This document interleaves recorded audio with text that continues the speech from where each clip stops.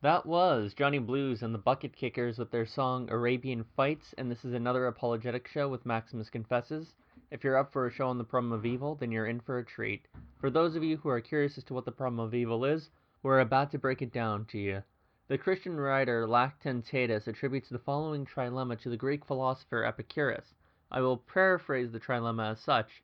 If God does not will to stop evil, then he is not all good. If God does not have the power to stop evil, then he is not all-powerful. If God does have both will and power to prevent evil, how could there even be evil? To break it down further, here's an analogy. If I walk down the street and see a woman being beat and do nothing about it, then there are problems. On one hand, maybe I am not strong enough to stop it. I could still be good for trying to do something about it, or even will something to be done about it, but I am not strong enough. On the other hand, let's say I can stop it with a simple push of a button, but I just don't care enough to will it. Such a person would rightfully be called uncaring, uncompassionate, and morally flawed. But if we would like to say that person is both powerful enough to stop it and good enough to will it to be stopped, how could such a beating even be taking place? Now let's take that analogy and apply it to God. God is powerful enough to prevent any evil, good enough to will against any evil, and yet evil does happen. Today we will be discussing the response of one of Christianity's greatest thinkers, Thomas Aquinas, to the problem of evil. But before we can begin that discussion, I'm going to give a small update on my latest activities in lieu of a word of a sponsor. With regards to recent news, this week I have updated my blog with 2 articles. The first article is a refutation of the video Are Catholics Saved by the channel WWUTT, which stands for When We Understand the Text. The second article contains a couple of videos with me dealing with the rudeness of Christian apologist Matt Slick and also his partner Andrew Rappaport, which were produced by the channels Justing for Jesus, and the other was made by Brett Poole. Please check out their videos. As for what's coming out next week, I have 2 videos in store. I've done an interview with YouTube counter apologist on the topic of the Kalam cosmological argument. That will be coming out next Tuesday, edited for the faux AM radio format that I'm currently doing on this channel. His channel is also going to be found in the description bar below. Friday's video, on the other hand, will be me reformulating the Kalam. Be sure to check that out as well, and now back to our scheduled programming. In his Summa Theologia, Thomas Aquinas echoes the words of St. Augustine of Hippo and says, "Since God is the highest good, he would not allow any evil to exist in his works unless his omnipotence and goodness were such as to bring good even out of evil. This is part of the infinite goodness of God, and that he should allow evil to exist, and out of it produce good." So what is it that Thomas Aquinas is trying to tell us? Well, for more on that, let's go back to the trilemma we discussed earlier. We have 3 options, and none of them look appealing.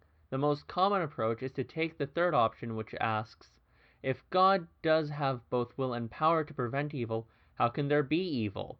This is usually followed up with a reason, like free will, or to build people into their best possible version of themselves. Now, it might sound like Thomas is joining the chorus with his own answer, but he really isn't. Instead, he's saying one of the options is flawed. Rather than answer the third option, what Aquinas is doing is showing us where the first option is going wrong. When someone says, if God does not will to stop evil, then he is not benevolent, they are incorrect for 2 reasons. The first thing is that it assumes that God has some kind of obligation to us. But this is not the case. God has what's called aseity. That is to say, God does not depend on anything or anyone outside of himself, and if he has an obligation to anything, it would work against what we know of God. To quote Edward Fazer, To be obliged is to be subject to a law, where, as Aquinas says, a law is imposed on others by way of a rule and measure. Moreover, the law must needs regard principally the relationship to happiness, that is to say, the realization of what is good for those under it. But God has no superior who might impose any law or obligation to him. There is no good he needs to realize, since he is already goodness itself, and therefore already possesses supreme beatitude, and there is accordingly no rule or measure outside of him against which his actions may be evaluated. He is not under the moral law precisely because he is the moral law. All that is in things created by God, whether it be contingent or necessary, is subject to the eternal law, while things pertaining to the divine nature or essence are not subject to the eternal law, but are the eternal law itself. So, to put it simply, God is not under the obligation of some greater good, nor does he have some potential to realize, like us realizing our potential to be brave, just, or merciful, because he is goodness itself. God does not have any obligation to will the stopping of evil to be good. Rather, he wills the stopping of evil because he is good, and we have the obligation to stop evil to realize our own good because we are under the authority of God, and we still have some potential to realize within ourselves because no human being is perfect. Now, you might ask, isn't the end result the same? Does God not have some will to end evil, and thus will end it? Not really. If God is already goodness itself, he has more liberty in how he could deal with evil, rather than just being obliged to stop evil before it could happen on some kind of schedule, mandated by something greater than him. Does this mean that God can just let any kind of evil abide? The short answer is no, and here's why. God ultimately wills the good for all human beings. To quote Edward Fraser again, God can only ever will in accordance with reason, and it would be perverse and irrational to will to create something without willing what is by its nature good for that thing. For God to create something without goal or end is to create something arbitrarily. For Thomas and other Aristotelians, everything works for a specific end or has a natural tendency. This, in the Greek, is called a telos. To use an analogy, the heart works with a purpose, or has its telos in the pumping of blood, and a good heart is one that's able to fulfill that end. We would think a doctor who was unable to know about this particular function of the heart was incompetent and lacked the proper knowledge. Or, if we worked counter to reason and we made the heart fail to operate, it would be kind of malicious on our part for the person whose heart works to that end of pumping blood.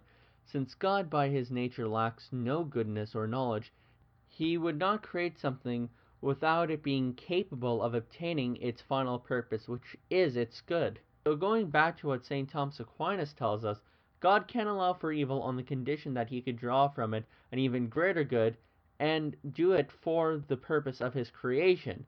At the end of the day, we are background actors in a grand play, each observing a very small and little role on our own, but until the end we will not see the full fruit of our suffering and performance. But at the end, all of us will see how it pans out. In our deepest and sorrowful pains, we should try to take comfort in this. To quote Stephen Colbert, "I love the thing which I wish most did not happen." He said this after speaking of the loss of his father and brothers. To quote the article, which can be found in the description bar below, "I asked him, Stephen Colbert that is, if he could help me understand that better, and he described a letter from Tolkien, in response to a priest who had questioned whether Tolkien's mythos was sufficiently doctrinaire, since it treated death not as a punishment for the sin of the fall, but as a gift. Tolkien says, in a letter back, 'What punishments of God are not gifts?' Colbert knocked his knuckle on the table. 'What punishments of God are not gifts?' He said again, his eyes filled with tears, so it would be ungrateful not to take everything with gratitude. It doesn't mean you want it. I can hold both of those ideas in my head." In Tolkien's series Lord of the Rings, the elves who live forever see humanity's ability to die as a gift. Yet the scripture calls death the last enemy that will be abolished in 1 Corinthians 15:26. Yet within death we have the punishment that is also a gift. This is because even though death is an outwardly antagonistic force, it holds the potential to bring about some good. The first time that death is mentioned within the Bible, God says, The day you partake from that tree, the tree of good and evil, that is, on that day you shall die. What Adam said wasn't, what is death? Rather, Adam knew exactly what God meant. Adam knew that death was already within the world around him. God was speaking of his final spiritual death, a spiritual death which would be marked by what Adam did not receive. In the tree in Genesis that was mentioned, that we most remember was the tree of good and evil, but the tree we often forget is the tree of life. By giving Adam the fruit of the tree of life, he would live forever in a state of perfection with God, but instead he experiences spiritual death of pain and suffering. Eternal life might sound like a nice present, but it is indeed a terrible, terrible thing once you have that. So God is using death, as terrible and as antagonizing a force as it might be, to prevent some greater evil, and thus allow for some greater good to be brought out from it. This doesn't change the nature of death. Goodness being brought about from evil does not change the nature of evil, but at the very end it will be used to produce an even greater good, and that's something every rational being will be able to see. Hopefully we will all be like Stephen Colbert when he says, "I love the thing which I wish most did not happen." For a more in-depth commentary on what Colbert had to say, I urge everyone to watch Father Robert Barron's most excellent video on the subject matter. But in conclusion to this topic, it would appear that the first option in the trilemma is mistaken. It is not so much the case that if God does not have the will to stop evil, he is not benevolent.